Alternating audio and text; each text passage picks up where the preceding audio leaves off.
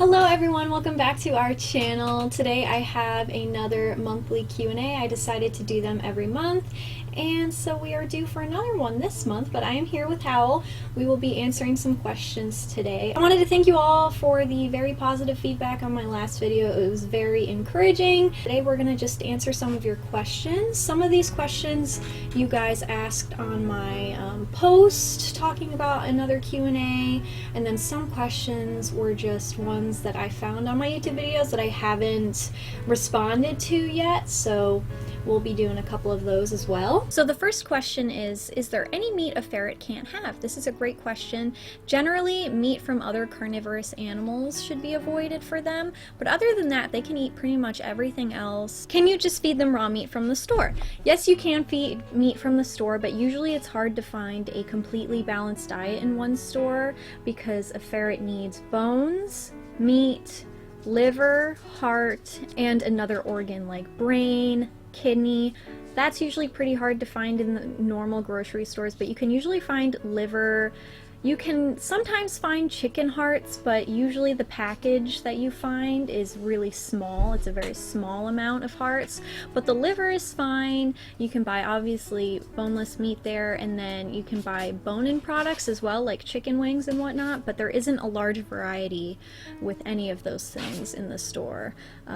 Generally, of course, all stores are different. So what most people do is they either buy directly from butchers or they buy online like I do. So I order all of my meat offline, either from My Pet Carnivore or Hair Today, and then it's shipped to my door frozen. What if you go to school? How do you let them out? If you are at school or at work for the majority of the day, there's a couple things you can do. What I would do when I was at work for the majority of the day back home was I completely ferret-proofed my bedroom. There was nothing that they could get into that was bad. That usually consists of throwing out a lot of junk that you have in your room that you don't use, and decluttering everything, which is good to do anyways. I ferret-proofed my bedroom, and then they would be out of the cage all day while I was at work.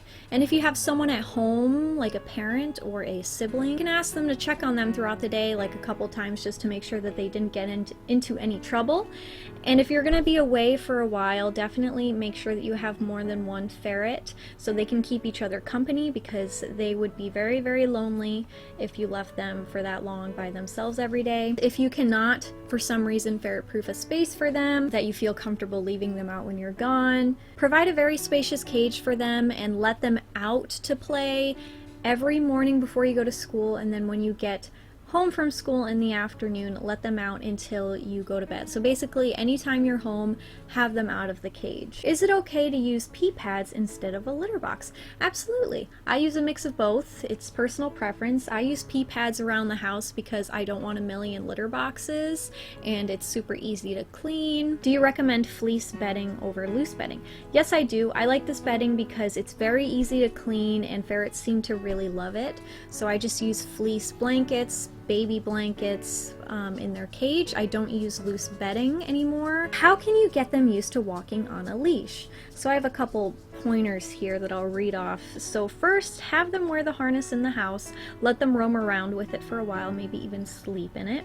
Do these mini sessions each day until the ferret is comfortable with the harness, and then attach a leash and follow your ferret around in the house first and get them used to like gentle tugs when they get to the end of the leash and whatnot. Then go outside. It will take some time to do, but eventually your ferret will do perfectly fine once they realize that when you take the harness out and the leash out, you get to go out, he gets to go outside and have fun, and it's a positive experience. Do ferrets need partners? Generally, yes, they do need partners. Ferrets love having a companion. Believe it or not, ferrets can die from loneliness and a broken heart. They will actually starve themselves to death when they're depressed. And you should avoid keeping a ferret alone as much as possible. You should avoid separating ferrets if you're trying to rehome them. They love each other. They thrive on being with each other. They sleep together. They eat together. I could not imagine Pazu not having Howl and vice versa, Appa not having Momo, and it's just very sad to think about. What does raw fed ferret poop look like? Is it smelly? This is a very interesting question. I was not expecting to get this sort of question. If you're grossed out by poop, and I will probably be inserting a photo of a raw fed poop if I can find one, Please skip this question. I'll put a time stamp here where you can skip to if you don't want to see poop or hear or talk about poop. So raw-fed poops vary depending on the type of raw that you feed. You could feed whole prey raw, commercial grinds. You can feed commercial grind whole prey. You can feed freeze-dried raw, air-dried raw, all of those kinds of things. You can also feed Frankenprey style raw, and the poop will look different for each of those. So for me, I feed commercially whole prey ground food. So it's the entire animal in the food. Poops are usually dark brown to black, and pretty small. They're usually only like this big, maybe, the little poops. And they're generally pretty odorless as well, which is nice. They usually sort of dry out on the pee pad and they get even smaller, and they're very easy to clean up. When I fed Frankenprey style, which is like the pieces of different parts of the animal throughout the week to make a balanced meal, those poops looked really, really weird, because there would be days where I would feed only heart, there'd be days that I feed other organs and bones and whatnot, and usually if you feed a meal that doesn't have any bones in it, like let's say just a heart meal or just a liver, the ferret's poop will be pretty loose after that, and if it's heart or other organ that's very rich, it will most likely be a black color, very tarry looking, so it really varies. If you have too much bone in the food, it'll get sort of like a light gray chalky consistency, and if you don't have enough bone, it'll be loose. I'll insert a picture of what my ferret's poops generally look like. Hope you enjoy. Pros and cons of owning a ferret. What should owners know before getting one, and what is the most important thing to realize and consider before buying a ferret? So some of the pros is, and why I love them, is they are an absolute perfect mix between a cat and a dog. They are very loving, very playful, like a dog is, and they actually enjoy your company, but they're also pretty independent, and they are very curious. They're built like a cat, so they have that sort of cat-like qualities as well, so they're just a perfect mix in my opinion.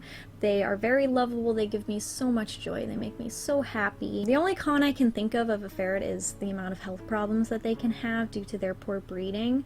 That is a big con. It's pretty sucky. And also about what is the most important thing to realize and consider. I made an entire video on this. It's called Top 10 Mistakes New Ferret Owners Make, something like that. I'll link that below, and it will talk all about what you should know and all the mistakes that I made when I first got ferrets. Next question, what is your weekly meal plan, and is it okay to feed 2 different proteins in one meal? So I feed commercially ground whole prey from My Pet Carnivore, and I mix it with portioned ground chicken feet from Hair Today, because I realized that while feeding just the grinds themselves, my ferret's poops were a little on the looser side.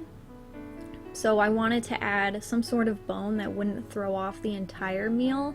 So instead of feeding, because what I was doing was like a couple chicken wings throughout the week to help keep their teeth clean and their poop firm, but it wasn't enough, so I realized I had to do something almost every day. So what I do is I portion out ground chicken feet from Hair Today. It's a very good source of bone and glucosamines, and I will mix it into their meals, and it has helped tremendously. Because of Momo's allergies, I can't feed anything with hooves, so no beef, no pork, no venison, nothing like that. So I have to stick to things like chicken, duck, rabbit, turkey. I'm supposed to do a minimum of 3 proteins. I'm at the minimum right now just because of Momo's allergies. I generally feed I rotate through is chicken for one meal, duck for another meal, and then rabbit for another meal. I also have turkey and beaver in the fridge, but Appa doesn't really like the beaver that much. For example, like morning meal, because I do 2 meals a day, morning meal is chicken, dinner meal is duck, then the next morning is rabbit, next dinner is chicken, so on and so forth. But you can do multiple proteins in one meal. When teaching a ferret not to bite, will they ever attempt to bite deeply through your skin? Yes, this can happen. It has happened. Ferrets have teeth that can bite down into your bone in your finger, so you have to be really careful during bite training. I've been bitten a couple times, mostly by Howl, and he has drawn blood a few times, but hasn't in a while. But they can bite pretty hard. And even if you go through the training, you can't expect them to be perfect 100% of the time. Care should be taken during bite training. During bite training, keep them away from small children. Alright, can I get a ferret from a breeder? I talked about this in my last video. I have nothing against reputable breeders, so absolutely, as long as they're reputable, go ahead. Next question, how often do you change the rice in the dig box? I've never been asked this question before, so I have no idea. But I haven't changed mine yet, and I've had it for a few weeks now. I don't think it really matters. Probably just change it once it starts getting smelly. I don't know. I don't think it really matters. Can they play outside in the dirt and snow? Yes, they can, and they tend to love digging in your garden. Last question. Can they play with other pets like cats and dogs if they're gentle? Yes, they can, as long as proper introductions take place and your animals can stop interacting if they choose to, meaning you're not forcing them to interact in a room. One of the animals, either whether it be the ferret or the dog, can get away if they want to. In my next apartment, when we do get a dog, I'm going to do something where we're going to make sure we have 2 bedrooms, and one bedroom has a large baby gate that's big enough for the ferrets to slip through, but the dog can't go past it, the puppy can't go past it, so the ferrets will be able to go and hide in a safe spot if the dog is becoming too much for them. Cats, you know, give them like a high perch that they can jump onto if they don't feel like playing. You have to be very, very careful, because cats and ferrets will not automatically get along like a lot of people will think. Every animal is different. Some cats like ferrets, some don't. And you don't really know that until you introduce them. And you have to respect their boundaries, and if they don't want to play, don't force it. With dogs, you have to be very careful, because if a dog plays too rough one time, they can severely hurt the ferret. Always should be supervised play, never unsupervise another animal with a ferret. So that is all that I have for you guys today. If you have any other video suggestions, feel free to comment down below. Thank you so much for almost getting me to 2,000 subscribers. It's awesome. I never imagined getting this far on my channel. It has been a wild ride. I'm super happy, super thankful. So I will see you guys in my next video. Bye!